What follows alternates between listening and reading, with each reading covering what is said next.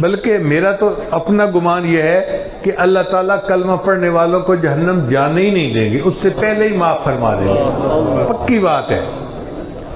ہمارے علاقے میں ایک پیر صاحب آئے تو انہوں نے سوچا کہ میں اپنے مریدین کو نماز کی تلقین کروں، نیکی کی تلقین کروں، دیہاتی لوگ ہیں، سمجھ تو ان کو ہے کوئی نہ۔ چنانچہ انہوں نے مسجد میں اعلان کروایا تو دیہات کے کوئی 100 بندے مسجد میں آ گئے۔ ایک بندے نے کہا جی کہ پیر صاحب تقریر کریں گے اور سب نے سننا ہے غور سے اور اس پر عمل کرنا ہے۔ ایک بوڑھا دیہاتی بھی بیٹھا تھا، وہ کھڑا ہو گیا، پیر صاحب میں جاہل بندہ ہوں، جٹ بتھان ہوں، تو مجھے سمجھ کچھ نہیں لگتی، اگر آپ کی کوئی بات سمجھ نہ آئے تو کیا میں آپ سے کوئی سوال پوچھ سکتا ہوں؟ تو پیر صاحب نے کہا ہاں ہاں تم پوچھ لینا، کوئی حرج نہیں۔ لو اس دیہاتی بوڑھے نے نا اپنا راستہ بنا لیا کہ کوئی بات پوچھنے کا موقع نکل ہے۔ اب پیر صاحب نے بیان شروع کیا۔ مجھے یاد ہے کہ ہم اپنے بچپن میں اپنے والدین سے سنتے تھے کہ پل صراط سے اللہ تعالیٰ گزاریں گے اور پل صراط بال سے زیادہ باریک اور تلوار سے زیادہ تیز ہوگی۔ یہ ہم بچپن سے سنتے آئے تھے کہ پل صراط بال سے زیادہ باریک اور تلوار سے زیادہ تیز ہوگی۔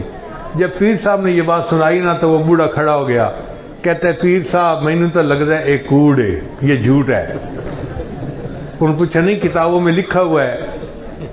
اچھا کتابوں میں لکھا ہوا ہے کہ بال سے زیادہ باریک اور تلوار سے زیادہ تیز؟ ان کا ہاں ایسا ہی لکھا ہے۔ کہتے اچھا پیر صاحب پھر انہیں آکھو نا کہ اللہ سائیں دی پار اتارن دی نیت کائی نہیں۔ تسی این آکھو نا کہ اللہ سائیں دی پار اتارن دی نیت کائی نہیں۔ خیر بیٹھ گیا۔ پھر پیر صاحب نے بیان شروع کیا کہ نیکی کیا کرو اور گناہوں سے بچو، اور جو گناہوں سے نہیں بچے گا اللہ اس کو پہلے جہنم میں عذاب دے گا اور پھر اللہ ان کو جنت عطا فرما دے گا۔ جب پیر صاحب نے یہ کہا تو بوڑھا پھر کھڑا ہو گیا، کہتے پیر صاحب مینوں تو لگتا ہے اے بھی کوڑ ہے۔ پیر صاحب نے کہا کیسے؟ کتابوں میں لکھا ہوا ہے فلاں کتاب فلاں کتاب فلاں کتاب۔ کہتے پیر صاحب مینوں ایک گل دسو، میرے گھر جو پر آنا آوے تو میں انہوں 5-7 لتر مارا، مڑ آکھاں بھاجیا ککڑ کھا لیا، وہ کھا لی سی۔ وہ پیر صاحب جنہوں اللہ معاف کرنے اس انہیں ہی معاف کر چھوڑنے، گناہ مٹا چھوڑنے۔ اگر ایک دیہاتی کا یہ یقین اور حسن ظن ہے اللہ کے ساتھ کہ اللہ نے معاف کرنا ہے تو معاف کر ہی دینا ہے، اس نے کوئی نہیں گناہ کی سزا دینی، تو واقعی معاملہ ایسا ہے۔ اسی لیے نبی صاحب نے فرمایا کہ تمہیں اس حال میں موت آئے کہ تمہیں اللہ کے ساتھ حسن ظن ہو کہ اللہ معاف کر دے گا۔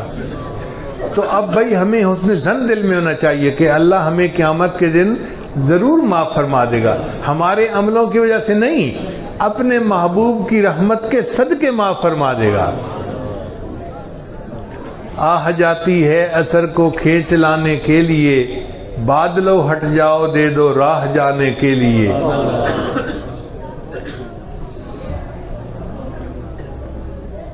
اے دعا فریاد کر عرش بری کو تھام کے، اے خدا رخ پھیر دے اب گردش ایام کے۔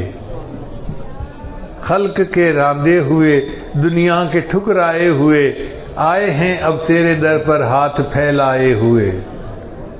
حق پرستوں کی اگر کی تو نے دل جوئی نہیں، تانا دیں گے بت کے مسلم کا خدا کوئی نہیں۔ خار ہیں بدکار ہیں ڈوبے ہوئے ذلت میں ہیں، جو بھی ہیں مولا تیرے محبوب کی امت سے ہیں۔ ہم واقعی گناہ گار ہیں، خطا کار ہیں، اپنے گناہوں کو تسلیم کرتے ہیں، شرمندہ ہیں اپنے گناہوں پہ، مگر یہ بات پکی ہے کہ اے اللہ ہم جو بھی ہیں تیرے محبوب کے امتی تو ہیں، اس امتی ہونے کی نسبت سے تو ہمارے اوپر رحم فرما دینا۔ اب آپ بتائیے کہ جب اللہ تعالیٰ کی رحمت اس طرح قیامت کے دن تقسیم ہوگی تو پھر کون ہے جو کلمہ گو ہو اور وہ بچ جائے مغفرت ہونے سے؟ ہو ہی نہیں سکتا، ہر بندے کی مغفرت ہوگی۔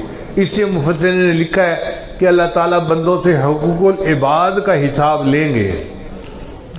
حقوق العباد یعنی بندوں کے جو حق ہیں، ہم دوسروں کا دل نہ دکھائیں، دوسروں کو ایذا نہ پہنچائیں، ان کی غیبت نہ کریں، ان پہ الزام تراشی نہ کریں، ان کے ساتھ اچھا سلوک رکھیں۔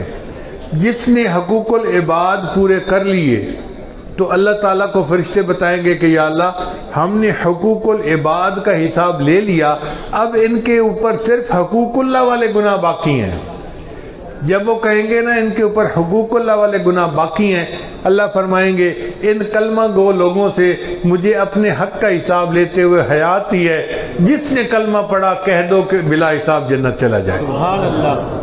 ربما یود الذین کفروا لو کانوا مسلمین، یہ وہ وقت ہوگا کہ جب کافر بھی تمنا کریں گے اے کاش ہم نے بھی کلمہ پڑھا ہوتا، اس کلمے کی برکت سے ہمیں بھی جنت مل جاتی۔